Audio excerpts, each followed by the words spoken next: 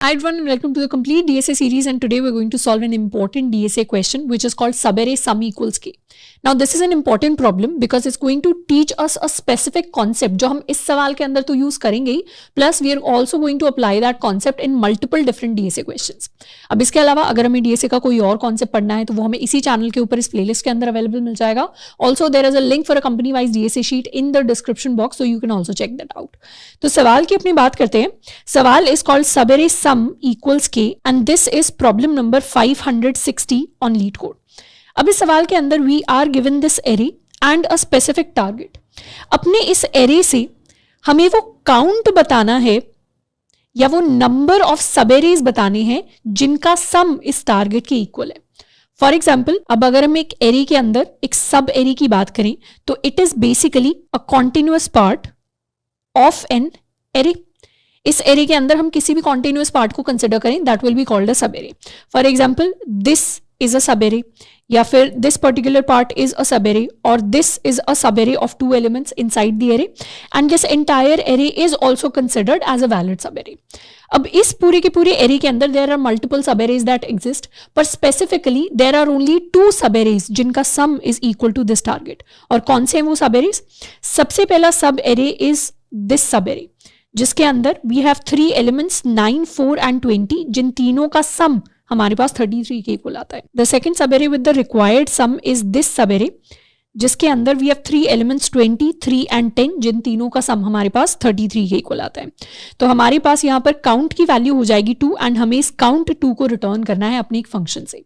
अब यहां पर हमारे लिए सवाल काफी स्ट्रेट फॉरवर्ड है कि अपने एरे के अंदर वो टोटल नंबर ऑफ सब एरेज हमें रिटर्न करने हैं जिन सब एरेज का सम टारगेट के इक्वल होना चाहिए. तो इस सवाल को सॉल्व करने की हम 2 अप्रोचेस को डिस्कस करने वाले हैं. The first approach will basically be the brute force approach, या फिर in fact this is an optimized version of the brute force approach, and the second approach that we are going to discuss is the most optimal approach. अब जब भी interviews के अंदर या coding test के अंदर हमसे सवाल पूछा जाता है तो we are expected to come up with this optimal solution, but generally in one on one interviews expect us to come up with this brute force approach first and then come up with the optimal approach जिसका फिर finally हमें code लिखना होता है. तो सबसे पहले हम ब्रूट फोर्स को डिस्कस करेंगे, उसके बाद हम ऑप्टिमल सॉल्यूशन को डिस्कस करेंगे जिसके अंदर हम हैशिंग को यूज करने वाले हैं. So if you are somebody who is already aware about the brute force approach you can directly jump to the optimal solution. तो नीचे आपको टाइम स्टैम्प्स मिल जाएंगे, हम डायरेक्टली जाकर ऑप्टिमल सॉल्यूशन को भी देख सकते हैं. तो सबसे पहले let's talk about the brute force approach. हमें पता है हमें वो सब एरेज निकालने हैं जिनका सम टारगेट के इक्वल होना चाहिए. तो क्यों ना we find out the sum for all the sub arrays. हम क्या करेंगे, हम अपनी ब्रूट फोर्स अप्रोच में sum of all sub arrays find out करने की कोशिश करेंगे, और इन सारे के सारे सब एरेज के हमारे पास एक बार सम आ गए. तो सेकंड स्टेप होगा कि इनमें से हम देख लें कि कौन से सब एरे का जो सम है that is equal to my target. In fact हमारे इस सवाल के लिए we can consider this target to be an arbitrary value called k. तो हम चेक कर लेंगे जितने भी सब एरेज का सम k के इक्वल होगा वो हमारा काउंट हो जाएगा या फिर वो हमारा आंसर हो जाएगा. तो अब हमें एक तरीका सोचना है जिससे हम सारे के सारे सब एरेज का सम कैलकुलेट कर सकें, एंड उसके लिए there is a very easy solution. And in fact इस चीज को हम ऑलरेडी अपने पुराने लेक्चर्स के अंदर डिस्कस कर चुके हैं.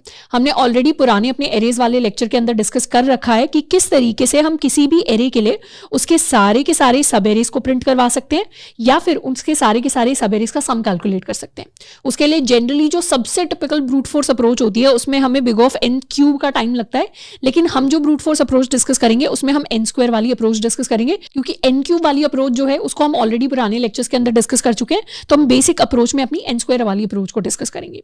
अब जब भी हमें किसी भी एरे से सारे के सारे सब एरेज निकालने होते हैं, सम निकालने के लिए सब एरेज चाहिए, तो सब एरे निकालने के लिए किसी भी एरे से हम सिलेक्ट करते हैं कि अगर हमारे पास कोई भी गिवन एरे है जिसके अंदर बहुत सारे डिफरेंट एलिमेंट्स हैं, तो एक तो हमारे पास उस सब एरे का एक स्टार्टिंग पोजीशन होनी चाहिए, एक उस सब एरे की हमारे पास एंडिंग पोजीशन होनी चाहिए. तो हमें कैसे पता चलता है हमारे पास कोई पार्ट है एरे का? जब we have a starting and an ending position that marks the boundaries of the sub array.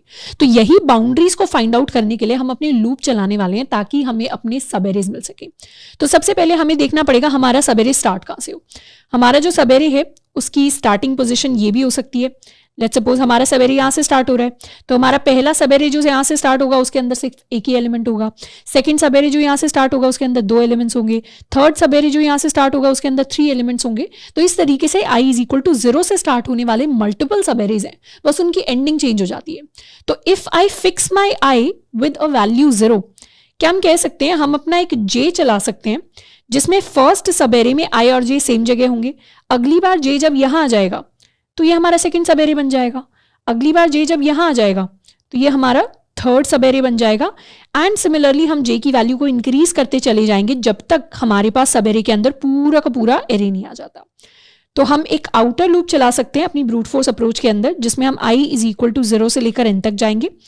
उसके बाद we can have an inner loop जिसमें हम j को i से लेकर n तक लेकर जाएंगे, और हमारा जो सब एरे होगा उसमें स्टार्टिंग पोजीशन हमेशा i होगी एंड एंडिंग पोजीशन हमेशा हमारा j होगा। तो इस तरीके से हमने अपने सब एरे की बाउंड्रीज को मार्क कर लिया है। अब सेकंड स्टेप हमारे लिए होगा, सब एरे मिल गया तो उसका सम कैलकुलेट कर दो। तो सम कैलकुलेट करने के लिए बेसिकली हम कोई भी वेरिएबल ले सकते हैं सम, जिसे इनिशियलाइज कर देंगे 0 के साथ। अब यहां पर हम एक इंटरेस्टिंग चीज करने वाले हैं, and the interesting part is, let's suppose हमारे पास ये एरे गिवन है जिसके अंदर शुरुआत में this is my starting position i and this is my ending position j। अब लेट्स सपोज हमारे सब एरे का हमने सम कैलकुलेट कर लिया, जिसमें हम क्या कर रहे हैं, अपने करंट एलिमेंट को स्टोर करा रहे हैं। तो हमारे करंट सब एरे के अंदर सम क्या हो जाएगा, 9 के इक्वल हो जाएगा, क्योंकि करंट सब एरे i से शुरू होता है और j पर खत्म हो जाता है, and i and j are equal. तो हमारे करंट सब एरे का सम हो जाएगा 9। अब हम कह रहे हैं जब हम j को इंक्रीज कर देंगे और नेक्स्ट टाइम हमारे लिए there will be a different sub array which is 9 and 4, तो क्या हम कह सकते हैं इस सब एरे के अंदर पुराने एलिमेंट्स का सम तो हमने ऑलरेडी कैलकुलेट कर लिया है। हमें अगर सेकंड सब एरे का सम चाहिए तो हम क्या कर सकते हैं, सिंपली जो हमारा लेटेस्ट एलिमेंट है 4 जिसकी तरफ हमारा j पॉइंट कर रहा है उसे हम अपने सम के अंदर ऐड कर देंगे। तो हमारा सम जो है वो इंक्रीज होकर हो जाएगा 9 + 4 यानी 13 के इक्वल। उसके बाद नेक्स्ट टाइम हम अपने j को इंक्रीज कर देंगे तो अब हमारा सब एरे ये बन गया। सब एरे के अंदर ऑलरेडी 9 एंड 4 का तो सम हमने ऑलरेडी कैलकुलेट किया हुआ है, तो इस बार हम सिर्फ नए एलिमेंट को ऐड करके अपने सब एरे का सम कैलकुलेट कर लेंगे। तो नया एलिमेंट ऐड करेंगे, मतलब 13 के अंदर 20 ऐड करेंगे, this will be equal to 33, और यहां पर वो ऐसा पॉइंट आएगा जहां पर हमारी सम की वैल्यू हमारी टारगेट वैल्यू के इक्वल हो जाएगी। तो बेसिकली हर बार अगर हमारे पास स्टार्टिंग पॉइंट फिक्स है, बस j चेंज हो रहा है, एंडिंग बाउंड्री चेंज हो रही है, तो हर बार अपनी सिर्फ एंडिंग बाउंड्री वाले एलिमेंट को सम के अंदर ऐड करके हम अपने पूरे के पूरे सब एरे का सम कैलकुलेट कर सकते हैं, which basically means we are going to have a sum variable which will initialise with 0।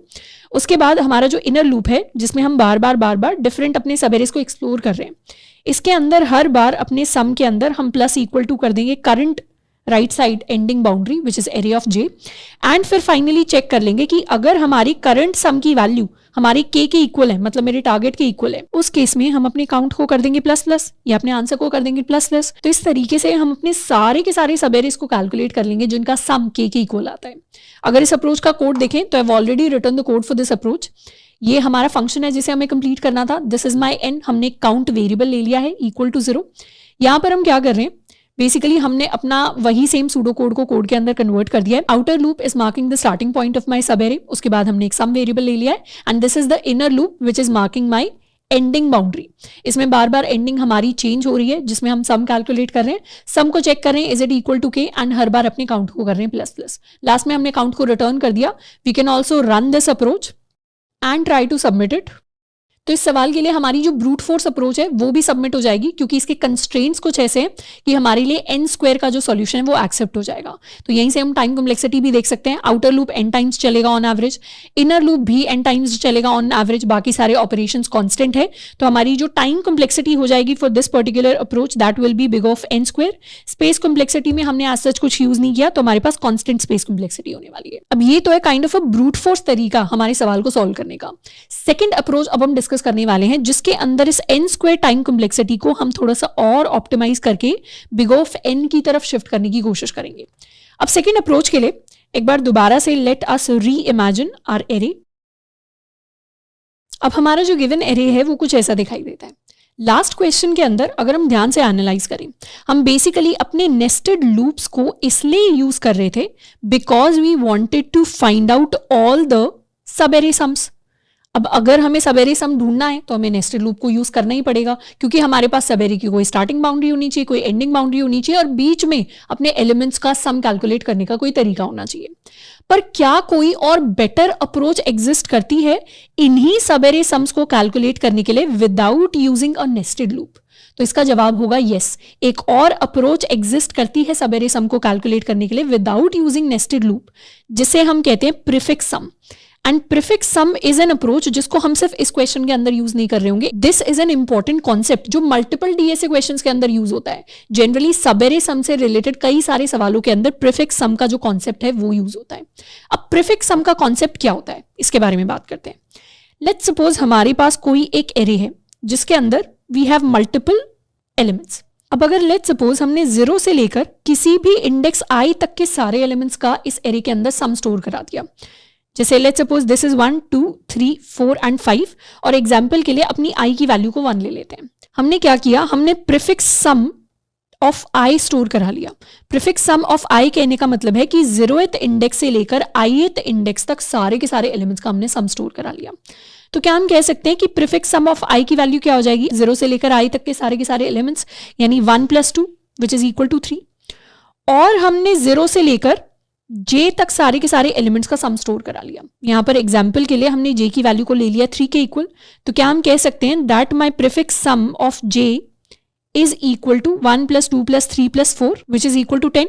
तो हमारे पास यहां पर 10 आ गया। तो बेसिकली प्रीफिक्स सम कहने का मतलब है कि किसी भी इंडेक्स i का प्रीफिक्स सम किसी भी एरे के अंदर होगा कि 0th इंडेक्स से लेकर उस इंडेक्स तक सारी की सारी वैल्यूज का हमने सम स्टोर करा लिया। ठीक है, ये हमने 2 इंडेक्स का प्रीफिक्स सम कैलकुलेट कर लिया। पर यहां पर आती है इंटरेस्टिंग चीज। अब अगर हमारे पास इन दोनों इंडेक्स का प्रीफिक्स सम कैलकुलेट होकर आ गया और कल को अगर हमें कोई प्रॉब्लम दे कि हमें इस सब एरे का सम कैलकुलेट करना है, तो क्या हम कह सकते हैं हमें सब एरे का सम कैलकुलेट करने के लिए दोबारा से लूप चलाने की जरूरत नहीं है। बेसिकली हमारे पास इन सारी वैल्यूज का तो सम ऑलरेडी था। What was this? This was prefix sum of j। And हमारे पास इन सारी वैल्यूज का भी सम था। What was this? This was prefix sum of i। तो अगर हम इन सारी वैल्यूज के अंदर ये वाली जो वैल्यूज हैं इनको माइनस कर दें, तो क्या हम कह सकते हैं हमारे पास इस सब एरे का सम निकल कर आ जाएगा। तो बेसिकली अगर हमें किसी भी सब एरे का सम कैलकुलेट करना होता है जो सब एरे i+1 से शुरू हो रहा है और j पर खत्म हो रहा है, तो उस सब एरे का सम निकल कर आता है my prefix sum of j minus my prefix sum of i। तो ये एंटायर कॉन्सेप्ट है जिसके ऊपर हमारी प्रीफिक्स सम की अप्रोच बेस्ड होती है। बेसिकली हम क्या करेंगे, अपने पूरे के पूरे एरे के हर एक इंडेक्स के लिए उनका प्रीफिक्स सम कैलकुलेट कर लेंगे एंड उसके बाद नेक्स्ट टाइम जब हमें सब एरे का सम निकालना होगा तो उसके लिए हमें सेकंड लूप चलाने की जरूरत नहीं है। हम डायरेक्टली प्रीफिक्स सम की वैल्यूज को एक्सेस करेंगे, इंडेक्स वैल्यूज को, और उससे हर एक सब एरे का हम सम कैलकुलेट कर लेंगे। तो आई होप ये लॉजिक हमें समझ में आया होगा कि अगर हमारे पास ये सम है एंड हमारे पास ये सम है, तो फर्स्ट सम में से सेकंड सम को माइनस करके हम बचे हुए एलिमेंट्स का सम निकाल सकते हैं। And this was what? This was the sub array जिसका हम सम निकालना चाहते थे। तो इस इक्वेशन की हेल्प से हम उस सम को निकाल पाते हैं। इनफैक्ट इसी इक्वेशन को अगर हम थोड़ा सा चेंज कर दें तो हम कह सकते हैं कि हमारा sub array sum from my index i to my index j is equal to prefix sum of j minus prefix sum of i-1। यहां पर कुछ नहीं किया, हमने बस i को रिप्लेस कर दिया i-1 से, तो ये कन्वर्ट हो गया टू i, ये कन्वर्ट हो गया to i-1। So this is the logic that we use to calculate the sub array sum using the prefix sum approach. अब यहां पर तो सॉल्व किया है हमने one part of the problem, यानी हमने एक टेक्निक को यहाँ पे आइडेंटिफाई किया है विच इज द प्रीफिक्स सम। हम एक और डिफरेंट टेक्निक है जिसको साथ के साथ यूज करेंगे। ये तो फर्स्ट टूल है जिसको हम सवाल को सॉल्व करने के लिए यूज करेंगे।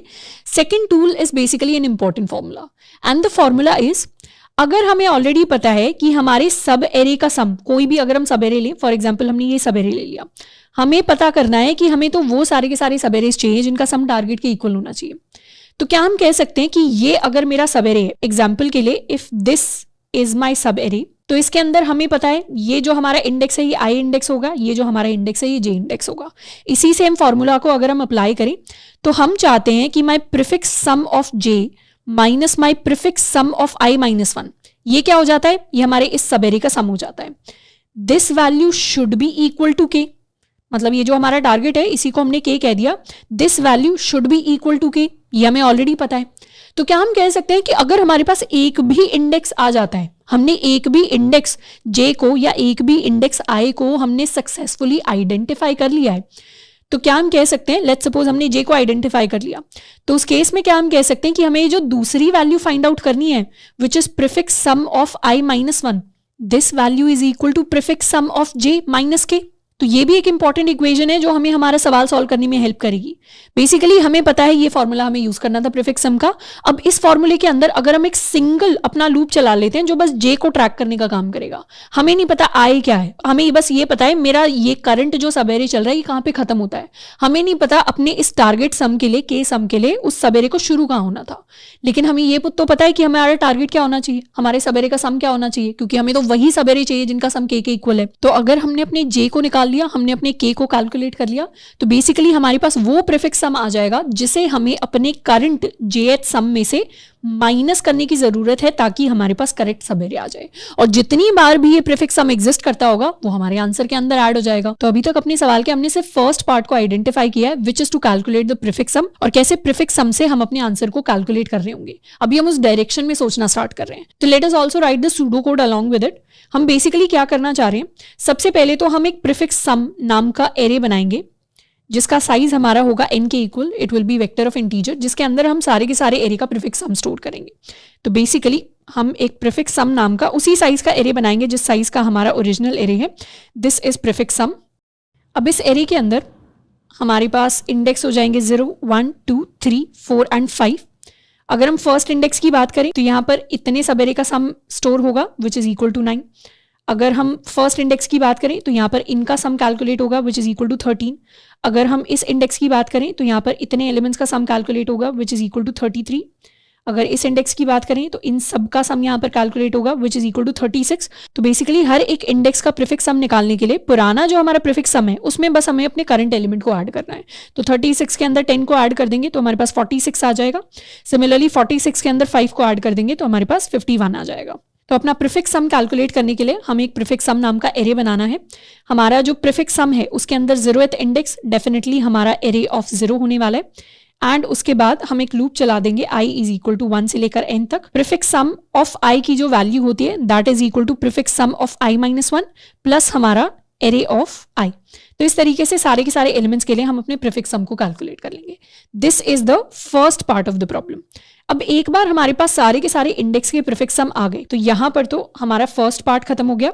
तो एक बार अगर हमारे पास ये सारे के सारे प्रीफिक्स सम आ गए, अब हमें इन प्रीफिक्स सम की हेल्प से अपने आंसर को कैलकुलेट करने की कोशिश करनी है, जिसके लिए हम इस फॉर्मूला को यूज करेंगे। बेसिकली हर एक इंडेक्स जे के लिए हमें ये ढूंढना है कि ये वाली वैल्यू जो भी आएगी वो कितनी बार एग्जिस्ट करती है हमारे जे से पहले। हम एक जे ले लेंगे जो यहां से स्टार्ट होगा। तो शुरुआत में जे की वैल्यू 0 है, so this basically becomes the boundary, right boundary of my सब एरे सम। अब हमें पता करना है कि अगर मैंने राइट बाउंड्री सिलेक्ट कर ली तो मेरी लेफ्ट बाउंड्री कहां कहां पर एग्जिस्ट कर सकती है सच दैट कि मेरे पास के सम आ जाए। एग्जाम्पल के लिए लेट्स सपोज हमारा जे यहां पर आ जाता है। अभी हमारा जे यहां पर है तो यहां पर प्रीफिक्स सम ऑफ जे की वैल्यू क्या हो जाएगी, this is j is equal to 4, यानी प्रीफिक्स सम ऑफ जे की वैल्यू हो जाएगी 46 के इक्वल। और 46 में से अगर हम के को माइनस कर देंगे यानी 33 को माइनस कर देंगे तो हमारे पास वैल्यू रह जाएगी 13 के इक्वल। तो हमारे prefix sum of i minus 1 की वैल्यू 13 के इक्वल होनी चाहिए। तो मुझे ये आइडेंटिफाई करना है अगर मेरे पास ये प्रीफिक्स सम है जिसकी वैल्यू 46 के इक्वल है तो इसमें से कितनी बार मेरे पास 13 वैल्यू वाला सम एग्जिस्ट करता है जहां पर 13 इंडेक्स i माइनस 1 पे आता है, given that my i is less than my j value.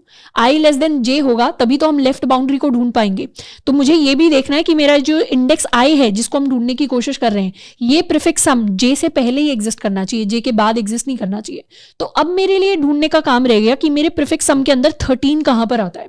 13 कहां पर आता है, 13 एक बार आता है और 13 इस इंडेक्स पर आता है। इस एरे के अंदर ऐसा भी हो सकता था कि 13 मल्टीपल टाइम्स आता हो, पर यहां पर 13 कहां पर आता है, 13 सिर्फ एक बार आता है।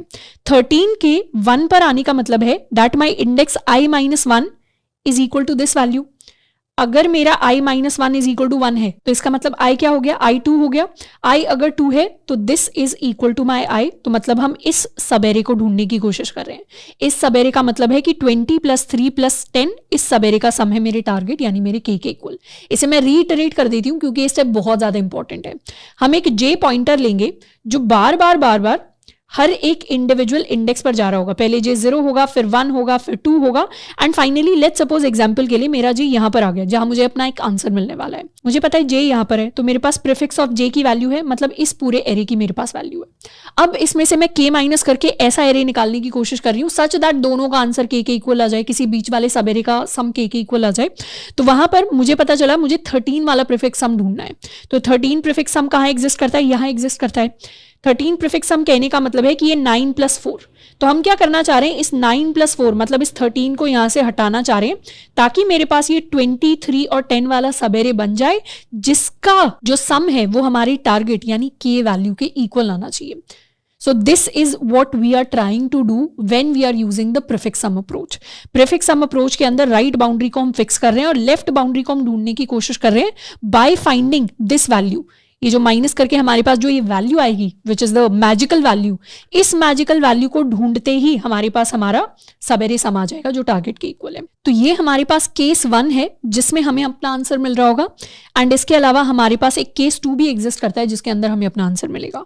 Case 2 is basically let's suppose हम यहां आ गए, अगर हमारा जे यहां पर पॉइंट कर रहा है तो अभी हमारे इस सब एरे का प्रीफिक्स सम क्या होने वाला है, दिस सब एरे का प्रीफिक्स सम होने वाला है 33 के इक्वल। तो यहां पर ये जो प्रीफिक्स सम है this is directly equal to 33। तो कभी कभी ये भी हो सकता है कि डायरेक्टली प्रीफिक्स सम अगर हमारे के इक्वल हो जाता है तो इसका मतलब हमारा स्टार्टिंग वैल्यू फिक्स है, स्टार्टिंग इंडेक्स फिक्स है विच इज इक्वल टू 0। उस केस में हमारे आंसर के अंदर कितने एरेज को, सब एरेज को हम ऐड कर रहे होंगे, एक काउंट को हम ऐड कर रहे होंगे। तो जिस केस में मेरे प्रीफिक्स सम ऑफ जे की ही वैल्यू मेरे के इक्वल हो गई, उस केस में तो हम सिंपली काउंट को कर देंगे प्लस। और बाकी केसेस में हमें क्या करना है, बाकी केसेस में हमें इस वैल्यू को ढूंढने की कोशिश करनी है, और ये वैल्यू जितनी बार भी अकर करती है, लेट्स सपोज यहाँ पे तो 13 एक ही बार आता था, अगर 13 2 बार आता होता तो हमारे पास 2 सब एरेज के आंसर बनते। इसका भी मैं एग्जांपल दिखाने वाली हूं। तो उस केस में जो भी हमारा काउंट है, मतलब ये वैल्यू जितनी बार भी एग्जिस्ट करती है प्रीफिक्स सम के अंदर, उसे हम ऐड करने वाले। एग्जाम्पल के लिए अपने एरे को हम थोड़ा सा चेंज करते हैं। लेट्स सपोज यहां पर हमारे पास 3 वैल्यूज हैं इंस्टेड ऑफ 2, तो we have 9, we have 4, we have 0। तो उसी तरीके से हमारा जो प्रीफिक्स सम होगा, पहले हमारे पास 9 आ जाएगा, फिर हमारे पास 13 आ जाएगा, एंड दोबारा से हमारे पास 13 आएगा, क्योंकि इतने सब एरे का सम ऑलरेडी 13 के इक्वल हो चुका है, तो उसमें हमने 0 ऐड किया तो भी 13 रहा। अब अगर हम आंसर को ढूंढने की कोशिश करें तो एक तो आंसर के अंदर हमारे पास ये सब एरे एग्जिस्ट करता है जिसका सम 33 यानी हमारे के इक्वल है। इसके अलावा हमारे पास ये एक और सब एरे एग्जिस्ट करता है जिसका भी आंसर है 33 which is equal to my k. तो अब अगर हम यहां पर हमारा जे अगर एंडिंग बाउंड्री में पहुंच गया, तो इस बार अगर हम इस फॉर्मूले को अप्लाई करेंगे तो जे के लिए प्रीफिक्स सम की वैल्यू है 46, इसमें से हम 33 को माइनस कर देंगे, आंसर दोबारा से 13 आ जाएगा। तो बेसिकली मुझे ढूंढना है मेरा 13 कितनी बार एग्जिस्ट करता है। इस जे से पहले प्रीफिक्स सम के अंदर इतनी वैल्यूज के अंदर 13 कितनी बार एग्जिस्ट करता है, 13 2 बार एग्जिस्ट करता है। 13 के 2 बार एग्जिस्ट करने का मतलब है कि मेरा starting point for the sub array could also be this point and could also be this point. मतलब मेरा जो आंसर है वो यहां से भी शुरू हो सकता है और मेरा जो आंसर है वो यहां से भी शुरू हो सकता है। तो 13 2 बार अगर एग्जिस्ट करता है तो अपने आंसर के अंदर यहां पर, जैसे यहां पर तो काउंट के अंदर हम सिर्फ प्लस कर रहे थे, यहां पर काउंट के अंदर हमें +2 करना पड़ेगा। तो जितनी बार भी ये वैल्यू एग्जिस्ट करती है जे से पहले, उतनी बार हमें काउंट के अंदर वैल्यू ऐड करनी पड़ेगी।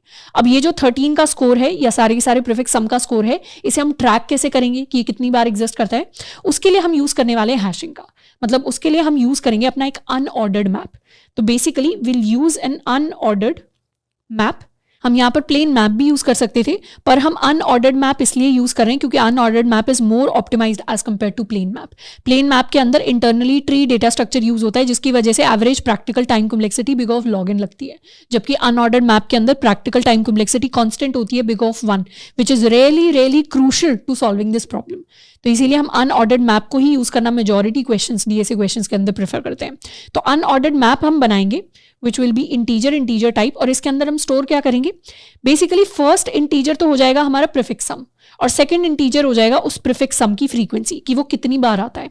तो इस 13 के लिए हम फ्रीक्वेंसी को स्टोर कराएंगे एज 2। तो अपने जे को हम स्टार्ट कर सकते हैं 0 के साथ। We can start with a map. तो हमारे मैप स्ट्रक्चर को I imagine it like this, like a table, जिसके अंदर एक तो हमारे पास हमारा प्रीफिक्स सम आ जाएगा और एक हमारे पास हमारी फ्रीक्वेंसी आ जाएगी। जैसे ही हम फर्स्ट इंडेक्स पर गए, हमारे लिए हमारा प्रीफिक्स सम हो गया 9 के इक्वल, तो यहाँ पर हम अपने आंसर को कैलकुलेट करने की कोशिश करेंगे। 9 - 33, तो हमारे पास कुछ नेगेटिव समथिंग वैल्यू आएगी।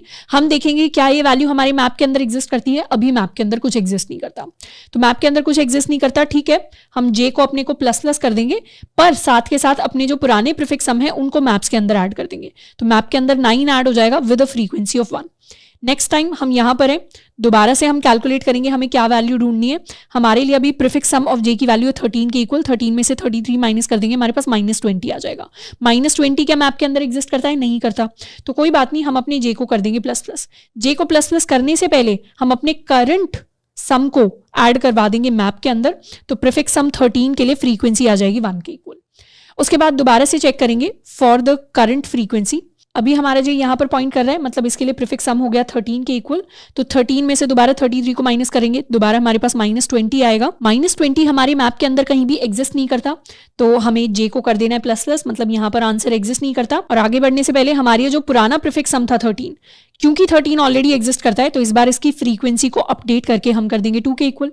अब करंट सबेरे सम को देखेंगे, यहाँ पर प्रीफिक्स सम हमारा 33 के इक्वल है, तो एक तो यहीं पर हमें अपना आंसर मिल गया। एक 33 हमें मिल गया, तो हमारी काउंट की जो वैल्यू है, we can take count value as the answer, उसे हम 0 से 1 कर देंगे, क्योंकि यहाँ पर फर्स्ट टाइम हमें अपना आंसर मिल गया। मतलब इतना जो मेरा सबेरे था, इस पूरे के पूरे सबेरे का सम क्या आ रहा है? इस पूरे के पूरे सबेरे का सम के इक्वल आ रहा है, विच इज इक्वल टू 33। तो आंसर हमारा 1 के इक्वल हो गया। अब यहाँ पर चेक करेंगे क्या कोई और वैल्यू एग्जिस्ट करती है जो हमें आंसर दे सकती है। मतलब अपने 33 में से अगर हम k को माइनस करें विच इज इक्वल टू 33, क्या 0 सबेरे सम कहीं भी एग्जिस्ट करता है? 0 कहीं भी एग्जिस्ट नहीं करता। हम इस बची हुई वैल्यू को चेक करने के लिए प्रीफिक्स सम वाले एरे के अंदर नहीं देखेंगे, हम मैप के अंदर चेक करेंगे, क्योंकि मैप के अंदर वैल्यूज को फाइंड करने का जो काम होता है वो काफी ऑप्टिमाइज तरीके से होता है, कम टाइम कॉम्प्लेक्सिटी के अंदर होता है। उसके बाद हम अपने जे को कर देंगे अपडेट।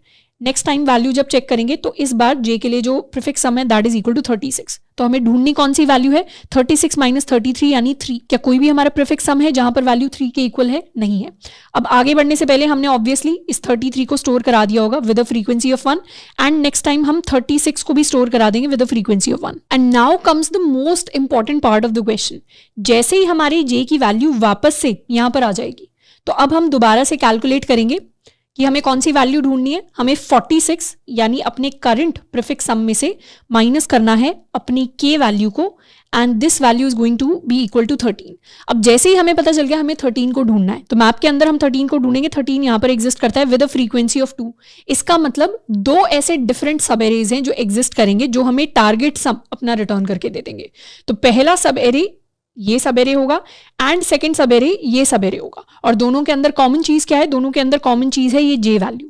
जे वैल्यू इसलिए कॉमन है because this is the right boundary for both of the sub arrays. तो यहां पर क्योंकि 2 एग्जिस्ट करते हैं, तो इस काउंट को अपने आंसर के अंदर हम ऐड कर लेंगे, तो काउंट के अंदर 1 + 2 हमारी वैल्यू हो जाएगी 3 के इक्वल। एंड इस एरे की अगर बात करें तो इसके अंदर 3 डिफरेंट सब एरेज एग्जिस्ट करते हैं जिनका सम हमारे के इक्वल यानी 33 के इक्वल है। फर्स्ट सब एरे इज दिस, सेकेंड सब array is this, and the third सब एरे इज दिस। तो ये 3 हमारे पास आंसर के अंदर आ जाएंगे फॉर दिस पर्टिकुलर एरे। तो इस तरीके से हम अपनी प्रॉब्लम को सॉल्व करने वाले हैं। तो फर्स्ट स्टेप के अंदर तो हमने ये सारी चीजें की हैं। सेकंड स्टेप के अंदर हम क्या करेंगे? एक अनऑर्डर्ड मैप को क्रिएट करेंगे, लेट्स कॉल इट एम, जो हमारे प्रीफिक्स सम और उनकी फ्रीक्वेंसी को स्टोर कराएगा। उसके बाद हम एक लूप चलाने वाले हैं जिसमें हम अपनी जे बाउंड्री को ट्रैक करेंगे। जे की वैल्यू 0 से स्टार्ट होगी, एन तक जाएगी। सबसे पहले तो हम अपना प्रीफिक्स सम ऑफ जे ही कंपेयर कर लेंगे के साथ। If my prefix sum of j is equal to k, उसका मतलब हमें अपना एक आंसर मिल गया। तो यहां पर तो हम काउंट को कर देंगे प्लस प्लस।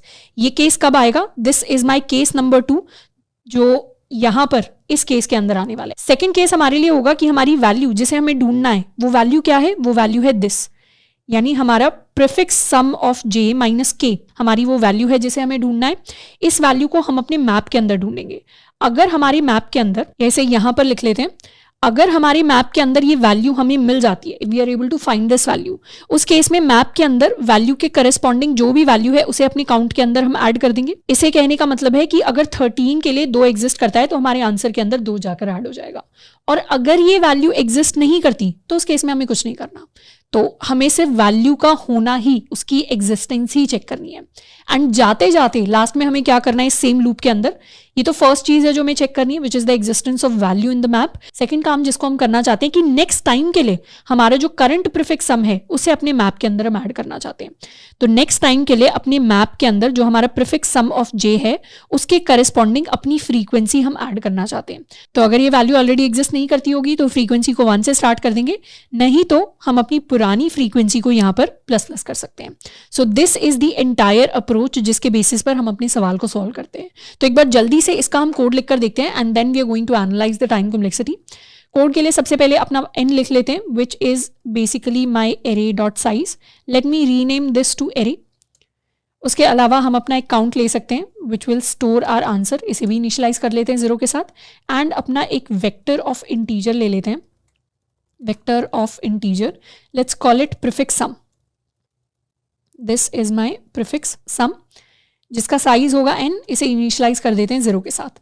हमें पता है हमारा प्रीफिक्स सम ऑफ 0 की वैल्यू इक्वल टू होगी हमारे एरे ऑफ 0 के इक्वल। एंड बाकी सारी वैल्यूज के लिए i इज इक्वल टू 1 से लूप स्टार्ट करेंगे, i less than n, i plus plus. हमारा prefix sum of i is equal to prefix sum of i minus 1 plus हमारा array of i। So this is what the logic to calculate prefix sum is going to look like.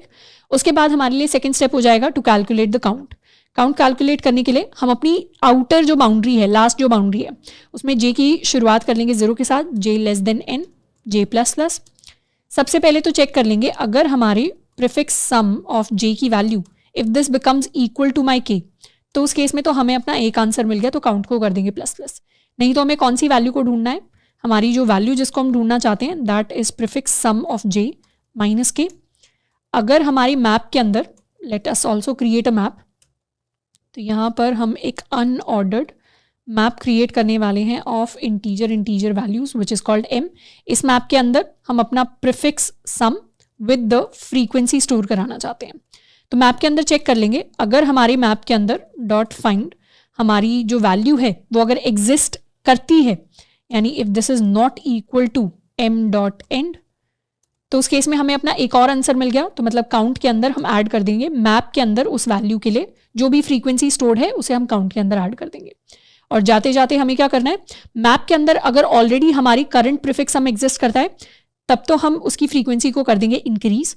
यानी अगर m dot find my prefix sum of j अगर let's suppose ये exist नहीं करता है, तो उस केस में मैप के अंदर हम इसे स्टोर कर देते हैं with the frequency of 0। And last में हर बार, अब हमें पता है हमेशा ये वैल्यू तो एग्जिस्ट करेगी ही करेगी, चाहे इसकी फ्रीक्वेंसी 0 हो चाहे कुछ और हो, तो हर बार जाते जाते हम अपनी फ्रीक्वेंसी को कर देंगे प्लस प्लस। अगर हमने अभी इनिशियलाइज किया है तो 0 से फ्रीक्वेंसी प्लस प्लस होकर 1 हो जाएगी which is what we want. और अगर पहले से एग्जिस्ट करता था तो उस केस में फ्रीक्वेंसी 1 से 2, 2 से 3 हो सकती है। तो इस तरीके से हमने अपनी वैल्यूज को, अपने लूप को लिख लिया एंड लास्ट में हम रिटर्न कर देंगे अपना count as the answer. So this is what the approach is going to look like. एक बार इसे रन करते हैं and let us submit it. तो यहाँ पर अगर हम टाइम कॉम्प्लेक्सिटी की बात करें तो टाइम कॉम्प्लेक्सिटी की टर्म्स में इफ वी सी हमारा ये जो लूप है ये n टाइम्स रन करेगा। सेकेंड जो लूप है इसमें अंदर वाले ऑपरेशंस तो एज सच कांस्टेंट है, अंदर कोई लूप नहीं है, ये लूप भी n टाइम्स रन करेगा। और प्रैक्टिकल केसेस के लिए मैप के जो अनऑर्डर्ड मैप के जो फंक्शंस होते हैं उन्हें हम बिग ऑफ 1 अज्यूम करते हैं। तो हमारे कोड की जो टाइम कॉम्प्लेक्सिटी हो जाएगी, टाइम कॉम्प्लेक्सिटी के अंदर फर्स्ट स्टेप के अंदर भी हम बिग ऑफ n का लूप लगा रहे हैं, सेकंड स्टेप के अंदर भी बिग ऑफ n का लूप लगा रहे हैं, तो time complexity will be big of n। Space complexity की बात करें तो एक तो यहाँ पर हम अपना वेक्टर एक एडिशनली यूज कर रहे हैं जिसका साइज n के इक्वल है, प्लस अनऑर्डर्ड मैप यूज कर रहे हैं जिसके अंदर प्रीफिक्स हम स्टोर करा रहे हैं, मतलब एट मैक्स इसके अंदर भी n एलिमेंट स्टोर हो सकते हैं। तो स्पेस कॉम्प्लेक्सिटी की टर्म्स में भी हमारी जो स्पेस कॉम्प्लेक्सिटी होगी that will be big of n। Definitely हमारी जो स्पेस कॉम्प्लेक्सिटी है वो बड़ी है as compare to the brute approach, but in the optimised approach time is more important than space always when we are talking about programming. Always कहना वैसे थोड़ा सा एक्सट्रीम हो जाएगा, in majority of the cases time is definitely our priority whenever we are talking about data structures and algorithm problems. तो यहाँ पर time complexity को हमने सबसे ज्यादा ऑप्टिमाइज्ड वे में कन्वर्ट कर दिया है and this is how we solve the problem of सब एरे सम इक्वल्स के। तो अभी तक हमने हैशिंग के बहुत सारे डिफरेंट सवालों को कर लिया है. I hope that you are enjoying the hashing problems and you're enjoying this concept of maps and sets. Maps and sets basically one of the most important tools होते हैं DSA के अंदर, especially अगर हम big MNCs को target कर रहे हैं, जैसे if you're targeting Google, Microsoft और Uber, तो generally इन कंपनीज के अंदर प्लेन एरेज के सवाल हमारे पास इतने नहीं आते. जब भी मेजॉरिटी केसेस में अगर एक एरे का सवाल आता है तो उसके साथ कोई ना कोई एक एडिशनल डेटा स्ट्रक्चर या कोई ना कोई एक एल्गोरिथम यूज हो रही होती है, और जिसमें से भी मेजॉरिटी केसेस में हैशिंग यूज हो रही होती है. तो जब भी हमें एक एरे का सब एरे का सवाल दिखता है तो उसमें हमें एक बार एटलीस्ट हैशिंग के बारे में, सेट्स के बारे में, मैप्स को यूज करने के बारे में सोचना चाहिए, स्पेशली अगर हम अपने नेस्टेड लूप्स को नॉन नेस्टेड लूप्स के अंदर कन्वर्ट करना चाह रहे हैं तो.